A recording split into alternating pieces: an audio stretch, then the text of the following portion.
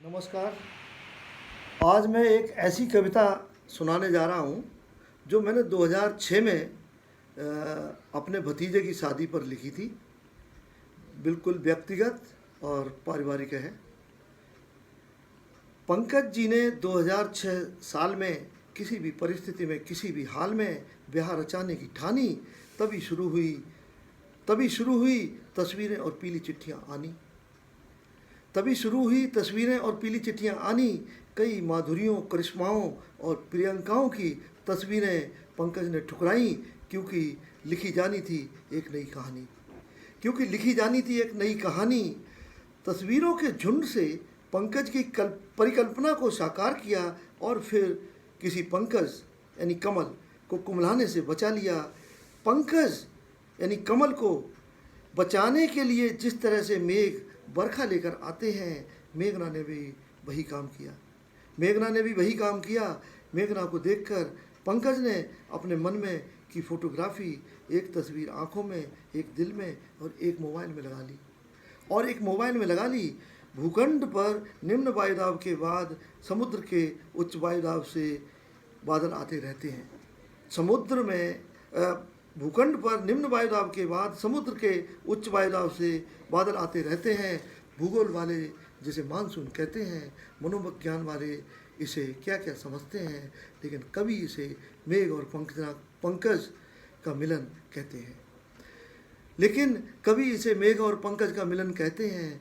दुनिया खुशियों का घर है, ज़िंदगी एक सुहाना सफ़र है। सफ़र में कई पड़ाव आते हैं, कभी कभी चलते चलते कई दिन बीत जाते हैं, पर राही फिर भी अपनी अपनी राह पर अडिग रहते हैं। बुजुर्ग जिसे मंजिल पाने का दृढ़ निश्चय कहते